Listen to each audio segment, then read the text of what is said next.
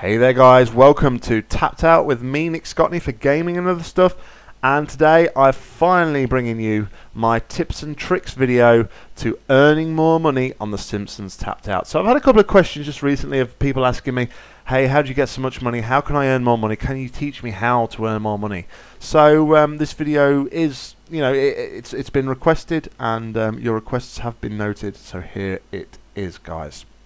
So, in my opinion, there is one very simple rule that you need to follow in order to generate the maximum amount of money in this game, and that is come back and play as often as you can. The more you play and the more you can play, the more the game will reward you with money that you can then obviously use to build things. I mean, having money isn't everything, but if when they throw the hot fixes out there with brand new content, if you've got money in the bank, you don't have to hang around for that content. You can buy it there and then and straight away. I mean, just as an example, I said it in my last video on Tapped Out that when last week's content came out, I had nearly $1 million, and after I'd bought the three items, that was the Renier Wolfcastle's Mansion, the All-Night Gym, and the Ice Scorcher, which you can see over here, I basically went down to $300,000. So I think this is a week on from when I last recorded the video at $300,000, and I don't know if you guys will be able to see it, whether or not my blog tag will be in the way, but my current dollars standing is $706,833. So I've made $400,000 in a week. So what I'm going to show you here, guys, is ways that you can use and tips you can use to generate more money in your town.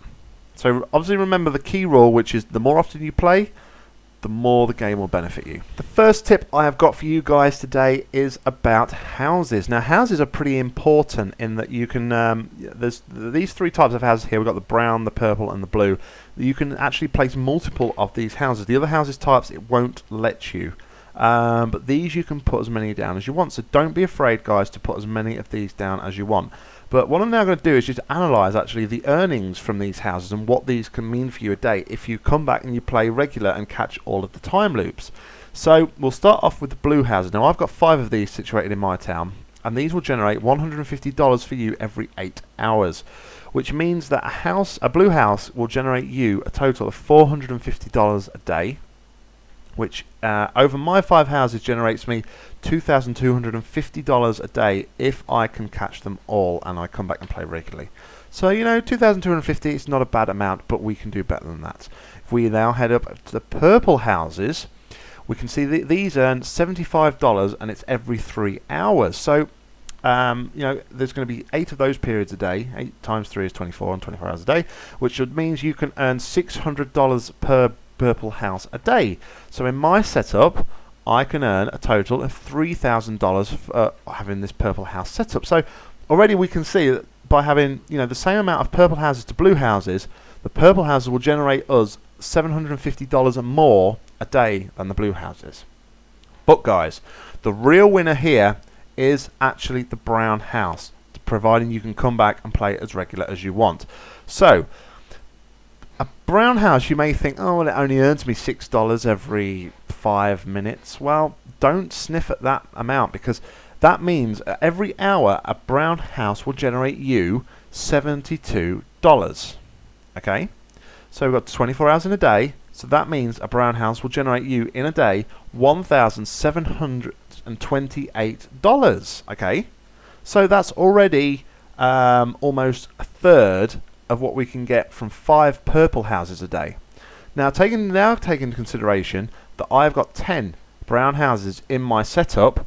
That means if I came back every 5 minutes to my town and completed the cycle and carried on, I could earn a maximum of $17,280 from 10 brown houses, which is a colossal amount of money just for having brown houses and coming back and playing regular. So all you've got to remember, guys, is that key rule, like I said before and emphasised on it. Just come back and play as regular as you can, and you will earn maximum amount of money from your houses.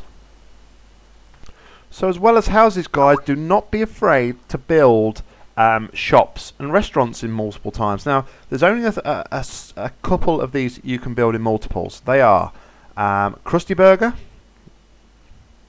You can also build the Quickie Mart in multiples. And I believe you can also build, I'm just going to check this, the Gulp and Blow in multiples. Yes, you can.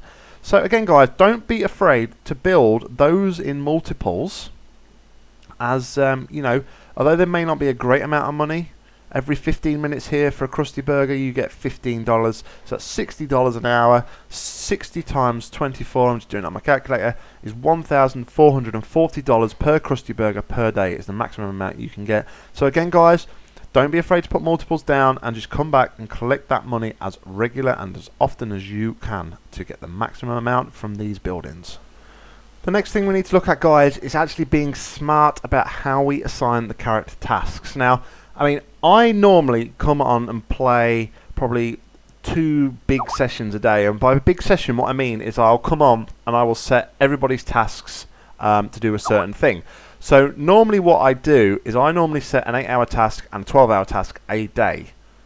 Okay, and if I'm on in between and I've got extra bits of time, I'll set them on little tasks to earn, you know, just a little bit of extra money in between. But you know, just to compare what I do in a 24-hour period to a 24-hour period task. Okay, so as you can see here, the Mrs. Crabapple, these prices are the same across everybody else's who have the same sort of time frame for their tasks. So Mrs. Crabapple will earn $600 in a 24-hour period to go on strike.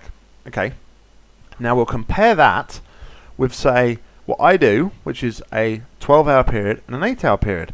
So for the 12 hours, we'll get $420.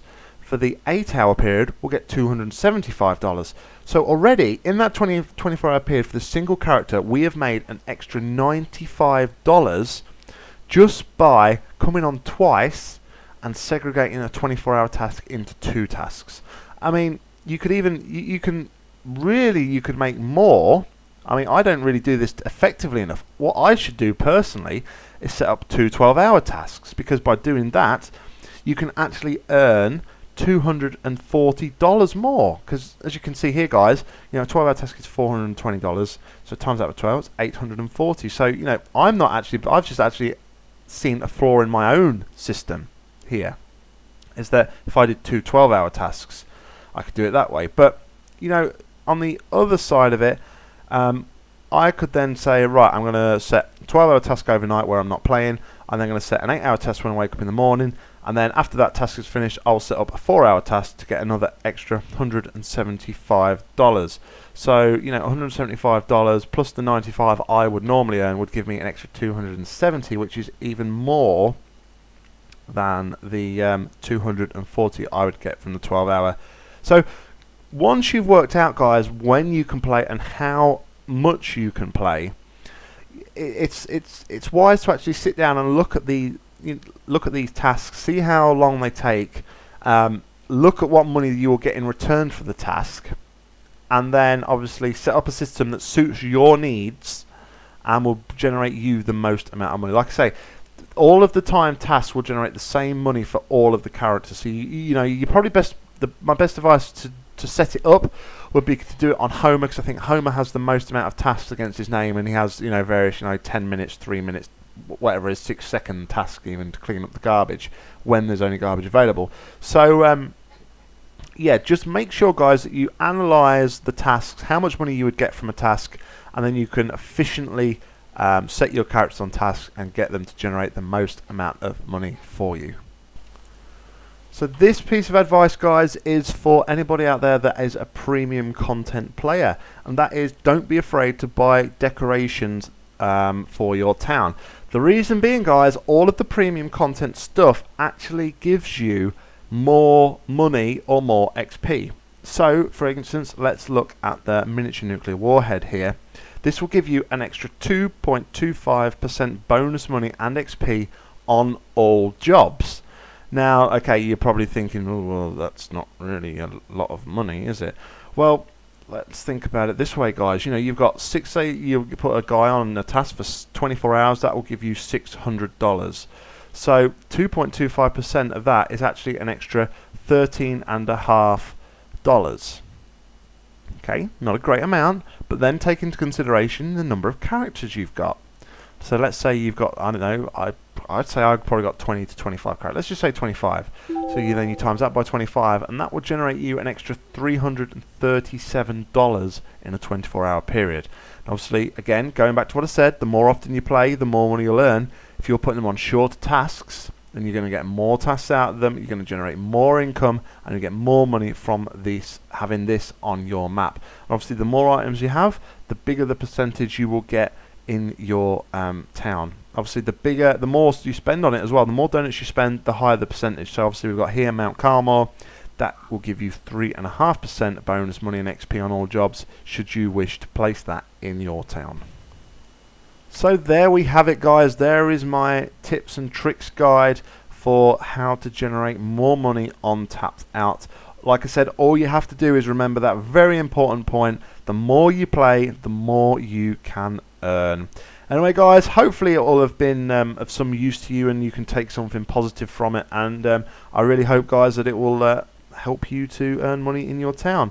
Anyway, if you liked it, please give me a like. I always appreciate a like, and I like to know that you like the content that I'm doing. So yeah, leave me a like. If you've got any comments, questions, feedback, anything else you'd like me to cover on Tapped Out, then just leave them in the comment section below, guys. I do reply to any non-spam comments that are left on any of my videos. So don't think they're just going to go to waste and sit there. I do reply, like interacting with you guys. I feel it's a very important part of YouTube to interact with the people who are watching your videos. So yeah, please feel free to do so, guys.